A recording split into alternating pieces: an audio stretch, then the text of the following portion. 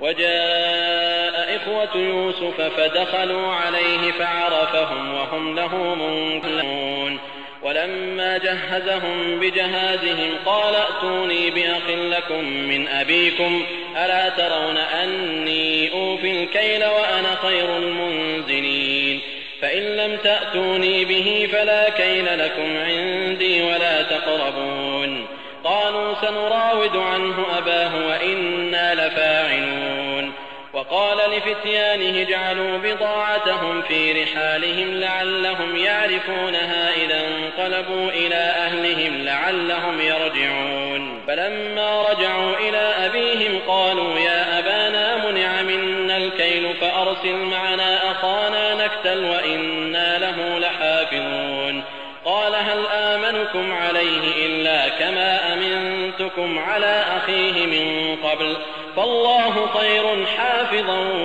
وهو أرحم الراحمين ولما فتحوا متاعهم وجدوا بضاعتهم ردت إليهم قالوا يا أبانا ما نبغي هذه بضاعتنا ردت إلينا ونمير أهلنا ونحفظ أخانا ونزداد كيل بعير ذلك كيل يسير قال لن أرسله معكم حتى تؤتون موثقا من الله لتأتونني به إلا أن يحاط بكم فلما آتوه موثقهم قال الله على ما نقول وكيل وقال يا بني لا تدخلوا من باب واحد وادخلوا من أبواب متفرقة وما أغني عنكم من الله من شيء إن الحكم إلا لله عليه توكلت وعليه فليتوكل المتوكلون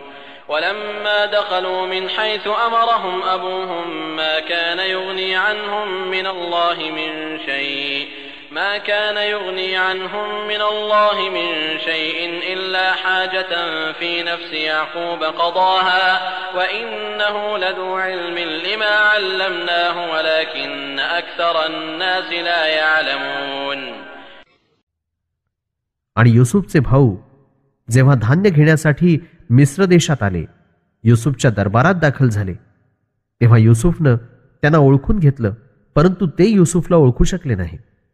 आणि जेव्हा युसुफ यांनी त्यांची साधन सामुग्री धान्यानं भरून तयार करून दिली, तेव्हा त्यांना सांगितलं की आपल्या सावत्र भावाला जो तुमच्या पित्याजवळ आहे त्यालाही यापुढे येताना आपल्यासोबत घेऊन या.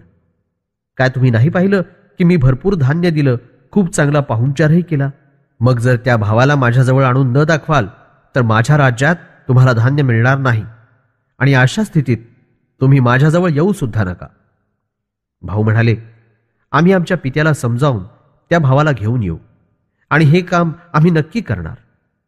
आणि युसुफ यांनी आपल्या सेवकाला आदेश दिला की त्यांनी धान्याच्या बदली जो महसूल दिला आहे तो त्यांच्या सामानात परत ठेवून द्या. हे अशासाठी केलं की त्यांनी आपल्या रकमेस ओळखावं आणि जेव्हा हे भाऊ आपल्या घरी पोहोचतील तेव्हा पुन्हा परत इथे येण्यासाठी त्यांचं मन लागून राहावं.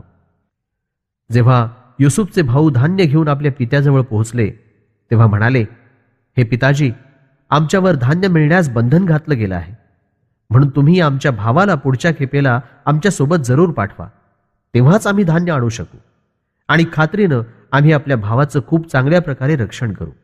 तेव्हा याकूब आपल्या पुत्रांना म्हणाले की बस बस, राहू द्या. ज्याप्रमाणे मी पहिल्या वेळी याच्या भावाबाबत तुमच्या बोलण्यावर भरोसा ठेवला होता, काय पुन्हा तसाच तुमच्या बोलण्यावर विश्वास ठेवू?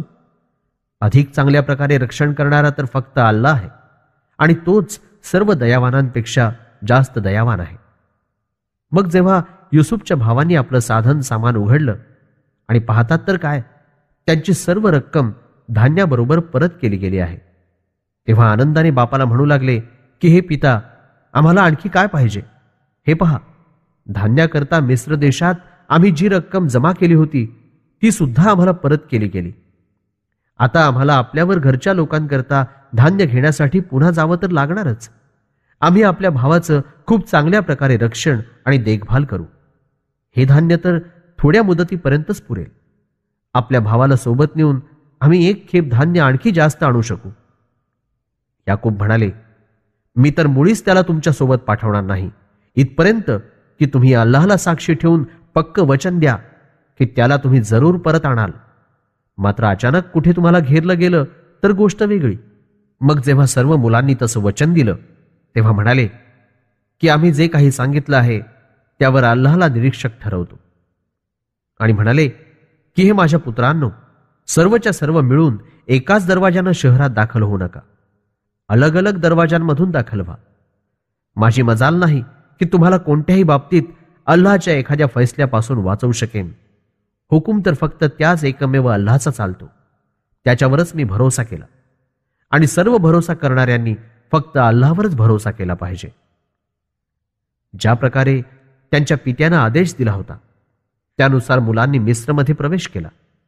याकूबच्या अखत्यारीतील ही बाब नव्हती की अल्लाहच्या एखाद्या फैसल्यापासून आपल्या मुलांना वाचवू शकले असते, परंतु त्यांच्या मनात एक इच्छा होती, आपल्या मुलांना एखाद्या येऊ शकणाऱ्या संकटापासून वाचवण्याची, जी त्यांनी पूर्ण केली.